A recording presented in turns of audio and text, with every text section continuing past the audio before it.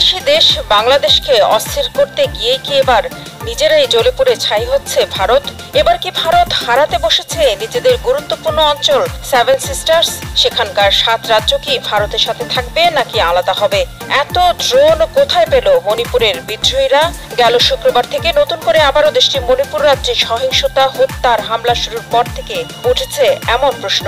বিশ্লেষকরা বলছেন, ভারতের অভ্যন্তরীণ সংঘাতের ইতিহাসে এর আগে কখনো এত ব্যাপক পরিমাণে ড্রোন হামলা চালায়নি কোনো বিদ্রোহী গোষ্ঠী। রাষ্ট্রের বিরুদ্ধে এতটা জ্বলে ওঠেনি কখনোই।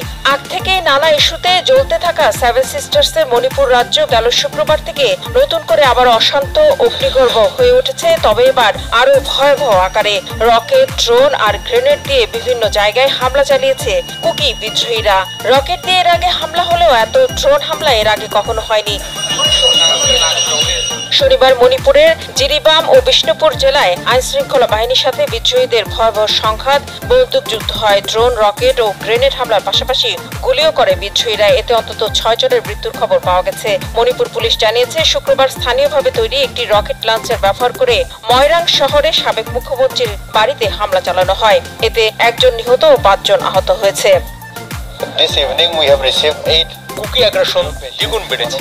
গত কয়েকদিন ধরে ইম্ফল পশ্চিম অঞ্চলের নির্দিষ্ট কিছু অংশে ড্রোন বোমা হামলার কিছু ঘটনা ঘটেছে।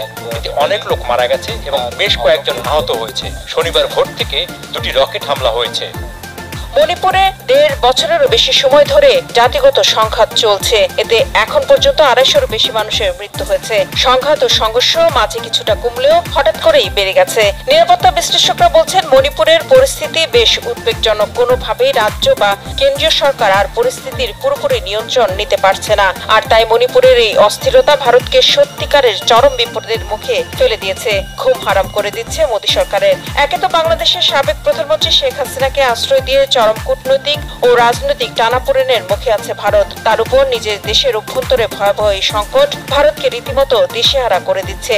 বাংলাদেশ অস্থির হলে ভারতের সেভেন সিস্টার্সে বা দেশটির উত্তর পূর্ব অঞ্চলের 7টি রাজ্যেও তা ছড়িয়ে পড়তে পারে, এমন শঙ্কা আর হুঁশিয়ারি গেল মাসে দায়িত্ব নেয়ার আগেই দিয়েছিলেন বাংলাদেশের অন্তর্বর্তী সরকারের প্রধান উপদেষ্টা ডক্টর মোহাম্মদ ইউনূস। কিন্তু তাতে কান না দিয়ে নিজেদের সমস্যার সমাধান না করেই বাংলাদেশের অভ্যন্তরে অস্থিরতা তৈরি সহ সীমান্তে হত্যাযজ্ঞ চালিয়েছে ভারত।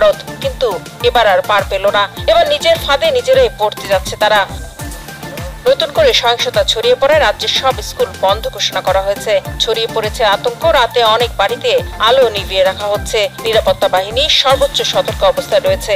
গত বছরের মেতে মণিপুরের সংখ্যাগরিষ্ঠ মেইতি সম্প্রদায় এবং কুকি উপজাতিদের মধ্যে সহিংসতা শুরু হয়। এরপর রাজ্য জুড়ে থেমে থেমে সহিংসতা চললেও প্রথমবারের মতো এত বেশি রকেট ও ড্রোনের ব্যবহার করা হয়েছে।